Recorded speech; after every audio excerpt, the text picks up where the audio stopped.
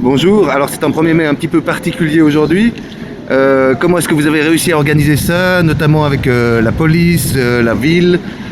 Comment est-ce que vous avez présenté ça pour pouvoir quand même tenir cette prise de parole? C'est une prise de parole et pas une manifestation, c'est ça? Évidemment, alors c'est peut-être la première fois depuis 130 ans qu'on ne peut pas faire des manifestations. Évidemment, on suit les consignes sécuritaires parce qu'on les exige aussi sur les lieux de travail, donc on est les premiers à les respecter. On a donc évidemment dû annuler toute manifestation publique. Et ce que vous avez vu aujourd'hui, c'est des prises de parole publiques en respectant les consignes sécuritaires, les distances entre les gens, on a des masques, on a tout ce qu'il faut.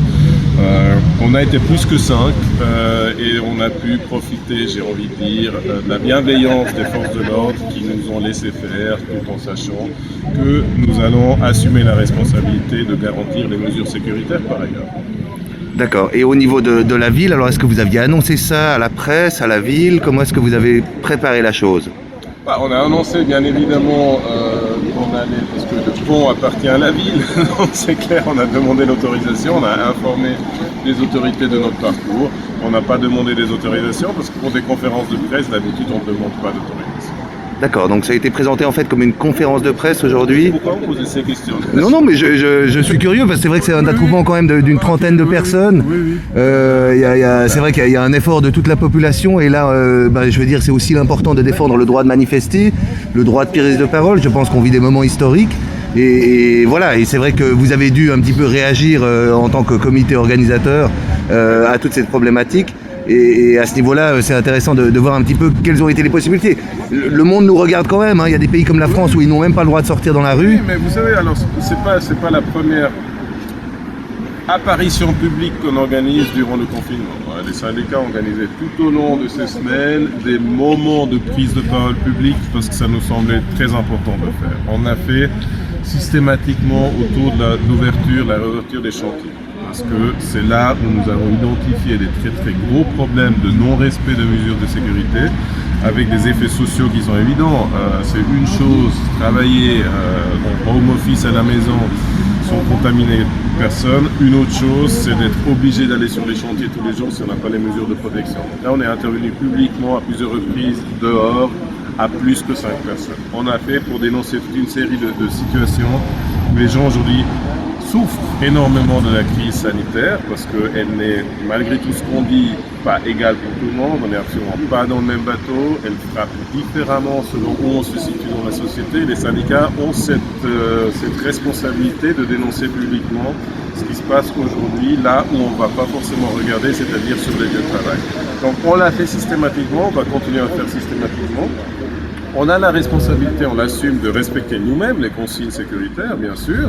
À une exception près, c'est vrai, on a été souvent plus que 5, mais on a pu encore une fois bénéficier de la bienveillance des forces de l'ordre qui comprennent, je pense, eux aussi pourquoi on fait ça. D'accord. Et dernière question, par rapport à ce déconfinement maintenant, on sait qu'on est dans une période un peu fragile. Comment est-ce que vous voyez la chose si maintenant les grandes manifestations ne pouvaient pas reprendre, puisque c'est quand même le grand problème aujourd'hui, hein, les grands festivals sont annulés, etc. Comment est-ce que vous voyez un petit peu l'avenir de la manifestation, du droit de manifester? Alors vous savez, c'est un débat intéressant et compliqué à la fois, parce que c'est vrai que la restriction des droits démocratiques tels qu'on les vit aujourd'hui sont problématiques d'un point de vue, je dirais, du double discours des autorités politiques mêmes.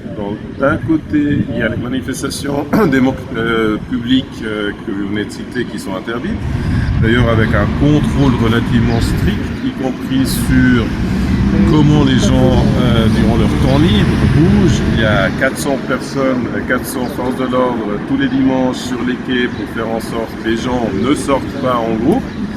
Mais, et c'est pour ça que je parle d'hypocrisie et de double langage, il n'y a absolument aucun contrôle, aucune mesure qui est obligatoire sur les lieux de travail. Et c'est un discours qui nous énerve depuis le premier jour. C'est qu'on mène ce discours qui culpabilise individuellement les gens de rester à la maison le soir et le week-end, mais personne ne s'intéresse vraiment à ce qui se passe entre 8h du matin et 6h du soir quand les gens sont au travail. Et la réalité, c'est que 70% de la population suisse a continué à aller au travail tous les jours, à prendre des risques tous les jours, dans des lieux de travail où absolument aucune contrainte a été imposée aux employeurs. Donc ce double discours-là, on l'a effectivement critiqué dès le début. L'autre élément, c'est que nous, on n'est pas des épidémiologues. Si on nous dit que c'est mieux de restreindre effectivement les interactions entre les gens, on a un peu envie de le croire. On a aussi envie de dire si de telles mesures sont nécessaires aujourd'hui, c'est qu'il y a peut-être eu un problème en amont. Le problème en amont, évidemment, c'est une politique sanitaire totalement délétère qui a en gros créé la pénurie d'infrastructures sanitaires, qui a créé la pénurie tout simplement de protection pour les personnes et qui fait qu'aujourd'hui, pour protéger les plus vulnérables, on oblige la totalité de la société de rester à la maison. La critique, si vous voulez, syndicale ne s'attaque pas forcément au confinement en tant que tel, il s'attaque au double discours où on laisse à côté tout le monde du travail parce qu'on ne veut pas bloquer évidemment la bonne marche des affaires et il s'attaque surtout à une politique néolibérale sanitaire qui a détruit en partie de notre système sanitaire ces dernières années. D'accord, merci beaucoup.